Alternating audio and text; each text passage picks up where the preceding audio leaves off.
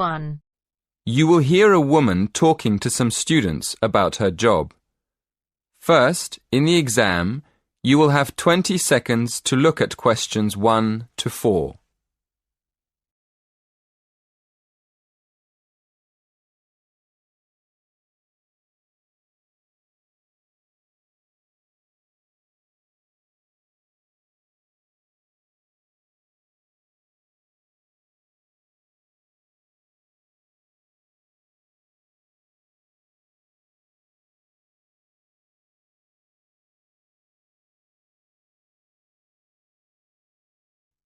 Listen carefully and answer questions 1 to 4. Hello everyone. Thank you for inviting me to give a talk in this series of employment lectures. I'm here this evening to tell you about my job. I'm going to tell you what I like about it, what I don't like about it, and what I hope to do in the future. OK, well, I'm a police officer. I've been in the police for just over 5 years, and part of my job is to give talks to students about police work. People often ask why I joined the police, so maybe I'll start there. I've always been interested in law and order, so I went to study law at university. But when I got there, I realised that I was more interested in the practical side of law than the theory. So I applied to work with the police force in my spare time. Then, as soon as I graduated, I was accepted for training. Before you hear the rest of the conversation, you have some time to look at questions 5 to 10.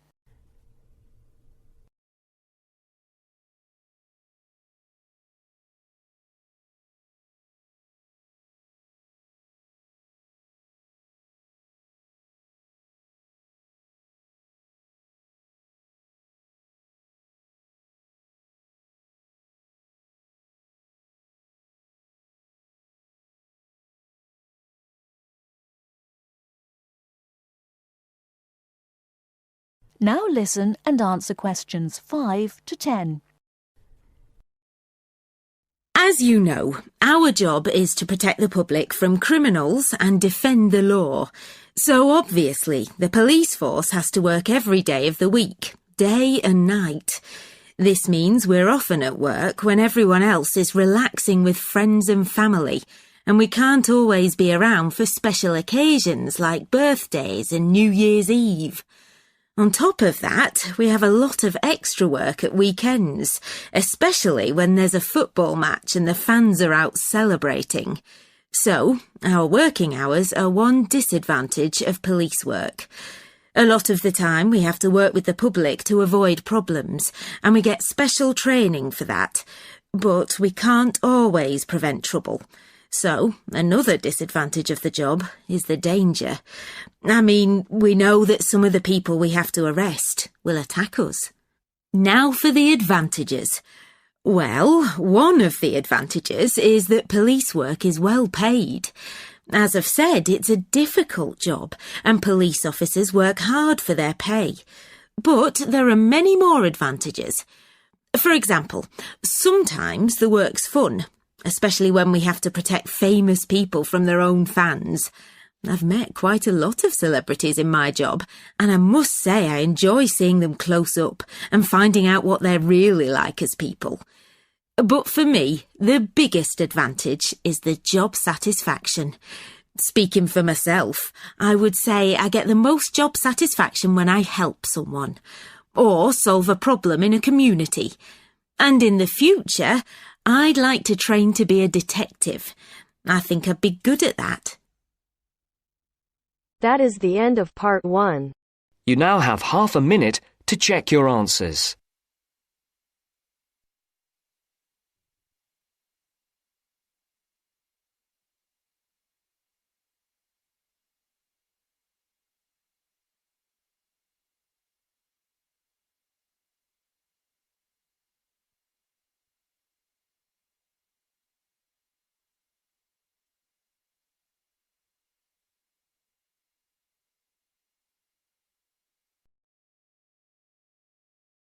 Now turns to Part 2.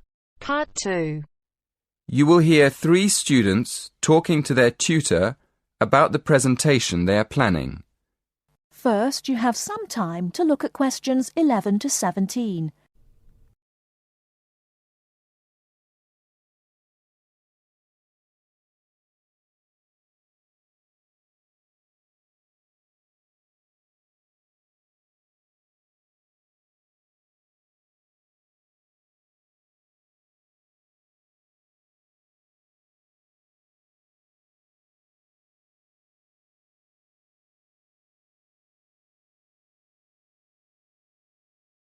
Now, listen carefully and answer questions 11 to 17. Good morning, everyone. So, you're going to tell me about your presentation. First of all, what's your topic? Did you say you were going to talk about the uses of mobile phones? Not exactly. We're actually going to explain the dangers of using mobile phones. Ah, okay. That sounds interesting. What are you going to discuss exactly? Well, we've planned to divide the presentation into 3 sections. We'll have an introduction explaining why we think it's important to understand the dangers of mobiles. Then, on the second slide, we'll have a list of the different types of danger. And then on the last slide, we're going to suggest ways of staying out of danger when you use a mobile. Yes, we want to start by telling the audience that using a mobile phone can be dangerous and then go into more detail in the next part. Okay. But before you talk about the dangers of mobiles, I think you should mention the advantages. You could put that in your introduction. It balances up the argument a bit. Oh, yes. I see what you mean. Right, we'll do that. So, shall we have a look at your presentation? Did you bring it with you? I've got it here on a memory stick. Can we show you on your computer? Yes, that's fine. Let's have a look. Right. As you say, you're going to add the advantages of using mobile phones to the first slide. Good. Who's going to explain the second slide with all the dangers? That's me. Do you think I've got enough detail? Yes. I think there's plenty of information, but I think it's all a bit mixed up at the moment. I mean, you've got dangers like getting headaches in the same list as having car accidents and being robbed in the street. They're all different types of danger, aren't they?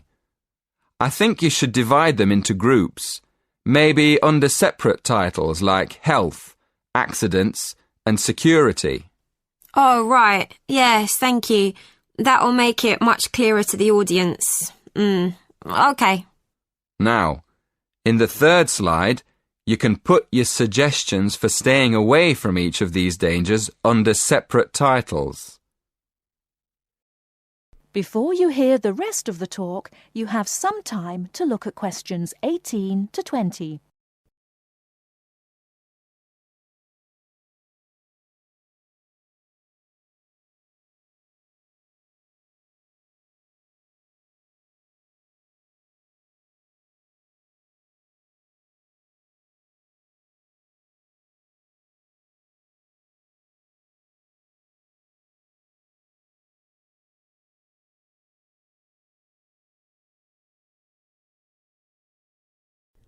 Now listen and answer questions 18 to 20.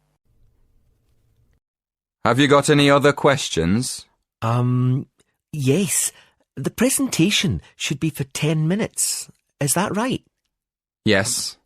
But 10 minutes in total, including 3 minutes for questions. So you'll only talk for 7 minutes. That's only 2 minutes each. We won't be able to say much in that time at all. That's why you have to plan what you're going to say carefully and make sure you only include the most important information.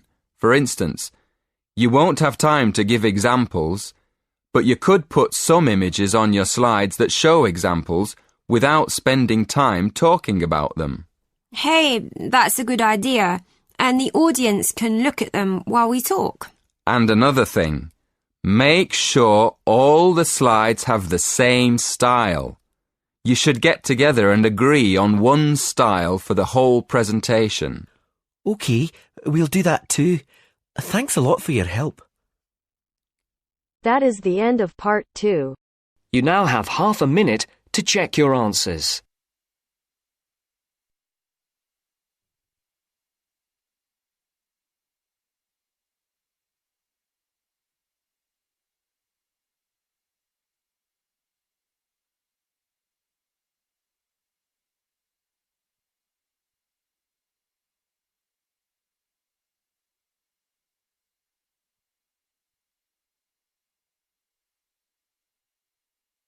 Now turns to part 3.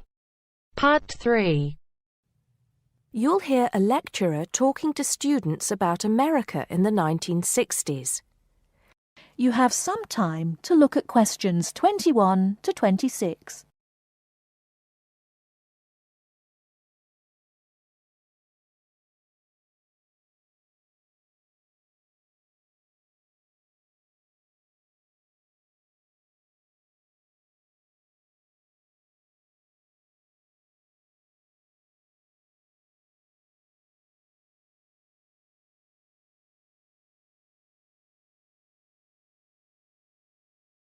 Now listen carefully and answer questions 21 to 26. We begin our examination of America in the 1960s with the usual caution.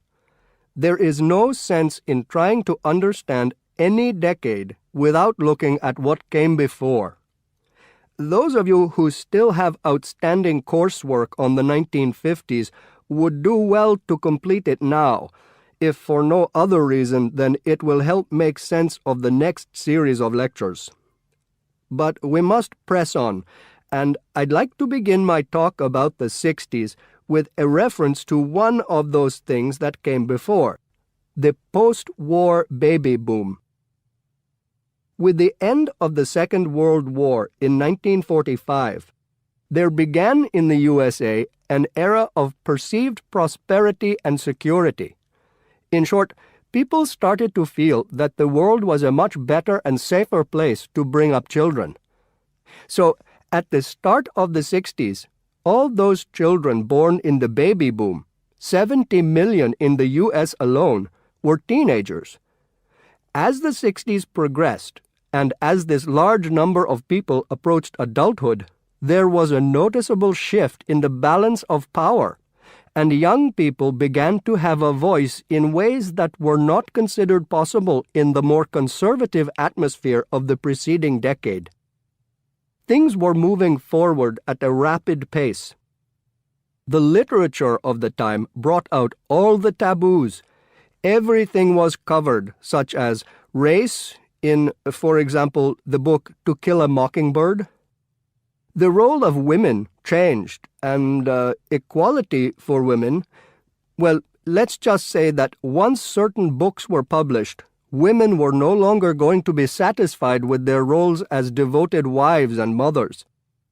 Through literature alone, the whole fabric of society was challenged, and by the end of the 60s, things would never again be as they had pretty much been for the preceding 40 years.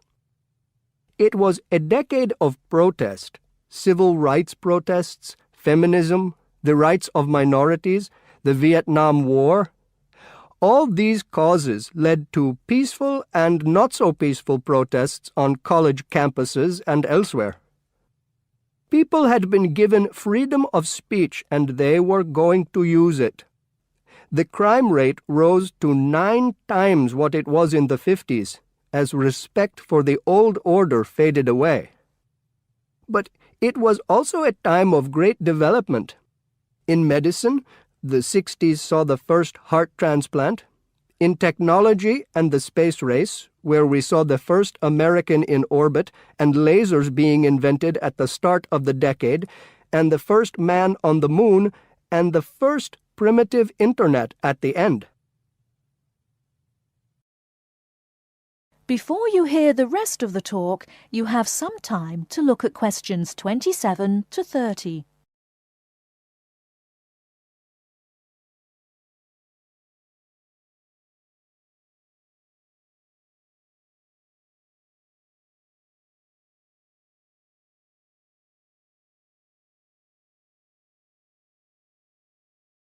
Now listen and answer questions 27 to 30. None of this, good or bad, might have happened if things in 1962 had gone slightly differently. On October 16th, President John F. Kennedy met with his closest advisors at the White House. They had obtained photographic evidence showing that Cuba was building or installing nuclear weapons. It was widely believed that Cuba was preparing to fire these weapons at cities in the USA. Kennedy was faced with three choices: to try to resolve the crisis diplomatically by negotiating with Cuba and the Soviet Union, to take action to block the delivery of more weapons into Cuba, or to attack Cuba, destroying their weapons. Believing that the first option would end in failure and that the third option would lead to war, it was the second option that Kennedy chose. In doing so, he succeeded in preventing the buildup of more missiles. The Soviet Union then withdrew the weapons from Cuba. Most historians agree that if Kennedy had acted differently, the episode would have led to a full-scale nuclear war between the United States and the Soviet Union. Millions would have died, and the world would have been changed beyond recognition. That is the end of part 3. You now have half a minute to check your answers.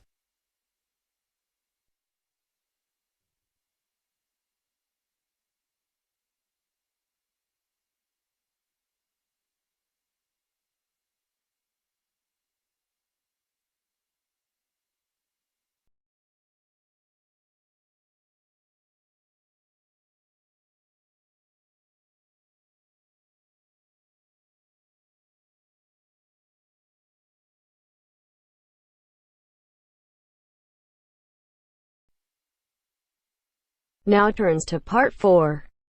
Part 4. First, you have some time to look at questions 31 to 40.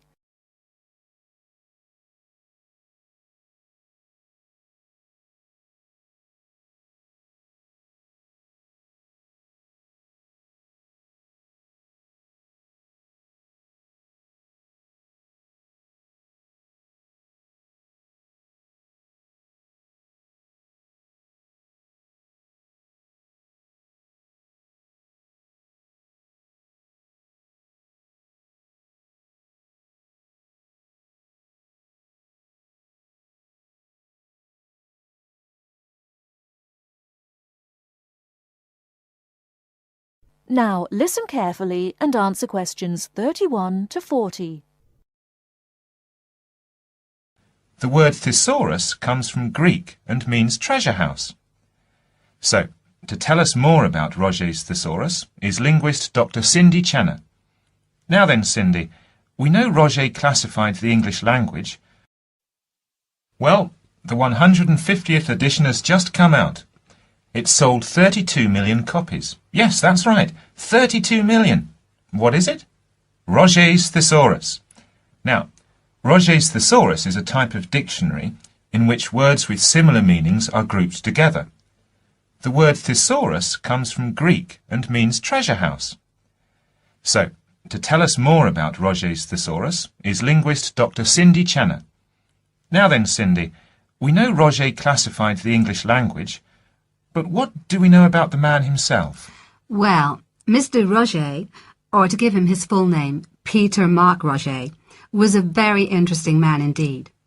He grew up in London, he was French, and he spent his early life in a French community there. He later travelled all the way from London to Edinburgh to study medicine at the university there, and graduated when he was 19 years old, and he later went on to become a founder of Manchester Medical School. So his life focused around his career as a doctor? Well, actually, no. Roger had a very wide range of interests indeed. In fact, he was a writer and wrote about many topics such as bees, the kaleidoscope, and even perception and feeling in animals. And he was an inventor too. In fact, in 1814, he invented an early version of the slide rule. The slide rule? Yes, the device that can calculate numbers. Then 10 years later, he developed a prototype for the cine camera, and he also got involved in a range of different projects. For example, he became head of a commission investigating London's water supply, and he developed a method of water filtration through sand. And he was involved in the area of education. He was one of the founders of London University. And do you play chess by any chance, Mark? Yes, I do. Well, Roger invented the travelling chess set. So next time you're playing a game of chess on a train, you have Mr. Roger to thank.